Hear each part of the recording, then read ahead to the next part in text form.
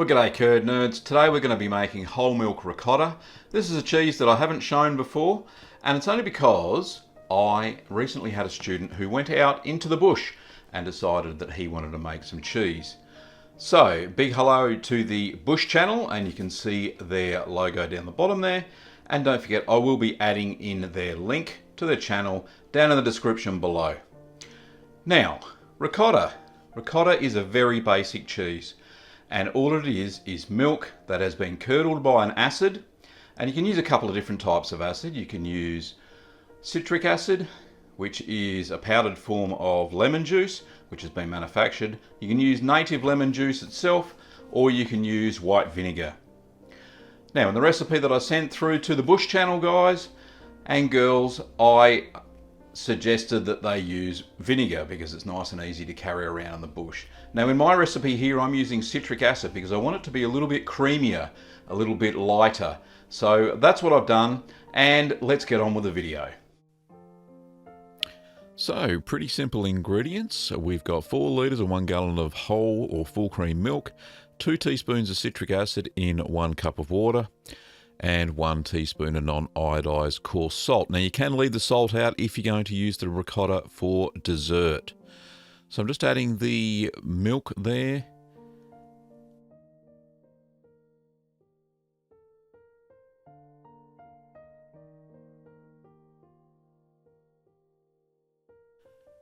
So we're going to be bringing the temperature up to 88 degrees Celsius, which is 190 degrees Fahrenheit.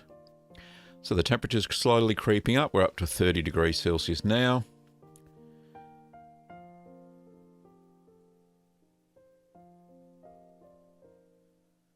We're up to 70 degrees Celsius now. Now this has taken over the period of about 20 minutes. It took me to make this whole milk ricotta. So just make sure you're stirring all the time. If you're not using a double boiler, the last thing you want to do is to burn the milk on the bottom of the pan. Now we're going to add our citric acid. We're going to add half of the mixture. And this is very important to get a smooth, creamy ricotta. I'm adding half a cup of the citric acid solution. Now it's starting to curdle now, I think, just ever so slightly. Just a little bit.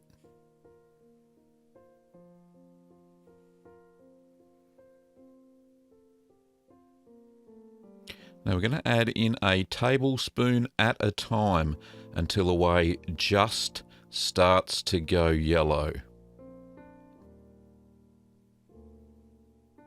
And we are already curdling, campers. We are already curdling. Oh, thanks for that, Bush channel.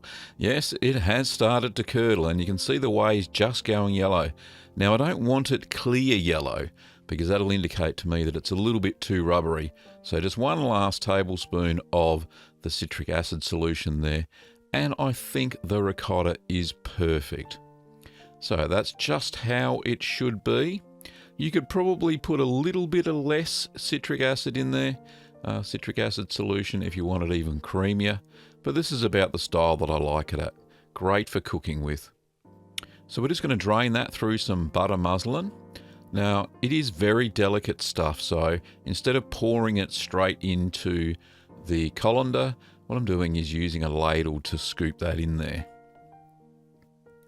And it drains quite freely, which is good. Now, if you've used a little bit less citric acid, you'll find it's a lot creamier and it will drain a lot slower. Between 15 minutes and an hour, sometimes it takes the extra creamy ricotta. Now, you can tell it's done when you squeeze it between your fingers. You can see it leaves a creamy residue on your fingers. So that's a perfect ricotta, no problems at all. Now, all that's left to do is to add in the desired amount of salt. So I'm just going to transfer this into a glass bowl.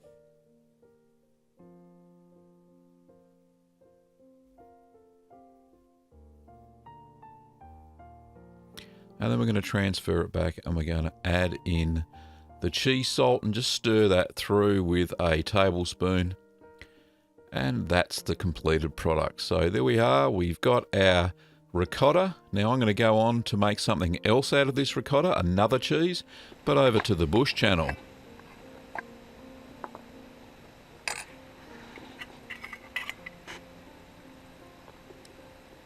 Oh, that looks like yummy cheese.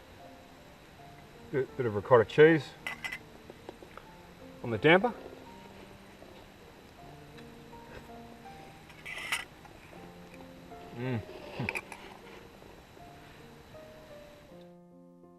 So it just goes to show that you can make cheese anywhere. Well done, guys, a great ricotta. You can pick up the mozzarella and ricotta kit over at littlegreenworkshops.com.au. So don't forget that you can check out some more of my cheese making videos. Have a look at the Petite Blue or Small Blue and the Edam. And if you like the Bush channel, pop over and subscribe. See ya.